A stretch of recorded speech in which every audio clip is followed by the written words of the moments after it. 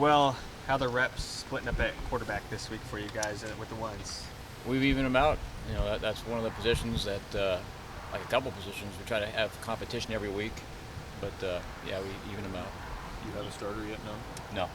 How will that play out this week? What's the time frame for you? It's something we evaluate every day.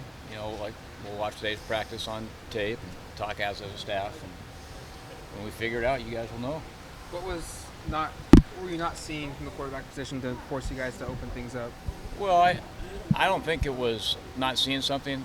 I think the quarterback takes way too much blame. He was definitely not the reason we lost that football game. But the other guys played well, and we want to have competition. We're big believers that competition makes you better. And so I know that position gets a lot of publicity, but we have that at every position. And again, they both had unbelievable attitudes, and they both had a good week of practice. Say the freshman wins out. Is there anything that worries you about putting a true freshman against the #1 sacking defense in the nation? Well, they're a good football team, and they are a great defense. But everything both quarterbacks have shown is that they can handle it. They can handle making decisions. Our freshman wouldn't be in the mix if we didn't think he could handle it. So we feel good about it. We're very confident in him, and he's every time he gets put in a similar situation against our guys, I know it's different. He's done very well, along with Dakota. Is it something different that he does than Dakota? I mean, not better or worse, just a different thing that he can bring? I mean, they're both a little bit different. What we look at is, who can make the best decisions and execute our offense. And it's like I said, it's been very good competition. They both are a little bit different, but they're both similar in the fact that they've had a good week of practice and they've both executed well. Darren Carrington maybe hasn't been getting touches that he'd like to see in some of those outside receivers. Do you feel like Justin can maybe get the ball, attack downfield a little better than Dakota can? Nah, not necessarily. I think it's just one of those things. There's a whole bunch of things that go into play with a question like that. It's coverage. It's what the defense is doing. It's who's open. But no, I don't think so. I think it's just kind of circumstance. I'd like to get Darren the ball some more, and along with a couple other guys. But that's really more the situation and not the personnel. A lot of people talk about their front four, but just how hard is that secondary to attack, especially when you're kind of mixing in Mace Hardin. Yeah, I think they're one of the better secondaries in the country, if not the best. I mean, they're the best defense we played against. Our guys are excited for the challenge. They really are. We're excited, and I know those guys are for sure excited. But yeah, it's going to be a great opportunity for us. It's one thing we talk a lot about here is we want to play the best, and I think we're getting that opportunity this weekend. Do you feel like you guys need to look more for a vertical passing game? I mean, kind of the last couple weeks, your starters, if Charles has had 8 catches, it's been for 60, and Darren's had 4 for 25. You need to try to look down the field to get some more big plays like that. I think you always want to take shots down the field. You also want to be able to run the ball too, and there's a balance there. And you like to be able to do both. And sometimes the defense has something to say about that, and sometimes how we execute has something to say about that. But we always want to be balanced. We got a pretty good running back in the backfield, but to make him a good player, we've got to be able to throw it as well. Does Jalen take on a bigger role if Dwayne can't go? Sure. And he's taken on more and more of a role each week. I know the stats don't show that, but some of those touchdown runs we've had have been directly because of him, downfield blocks, and he's done a great job. He's actually doing a really good job on special teams too, which he doesn't get enough credit because he's a special player that helps our football team in every area. Is he one of the better downfield blockers you've had in your career?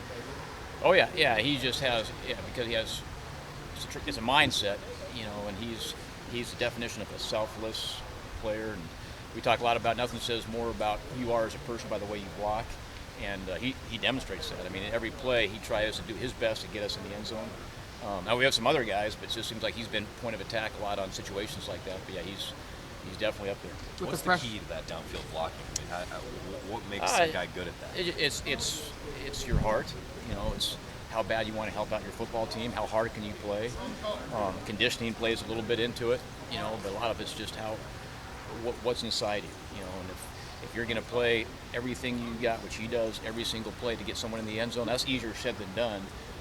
It just shows you what type of person he is. With the pressures that your quarterback has taken the last 4 or 5 games, how much has that maybe impacted the move of maybe seeing what Justin can do? Maybe he's more agile? Maybe he's quicker than Dakota is. Not that Dakota's slow, but Sure.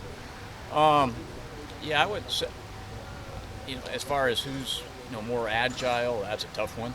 I don't know that. I know, again, on offense, we all got to get better. We got to coach better. And that's with our league. We're always trying to get better.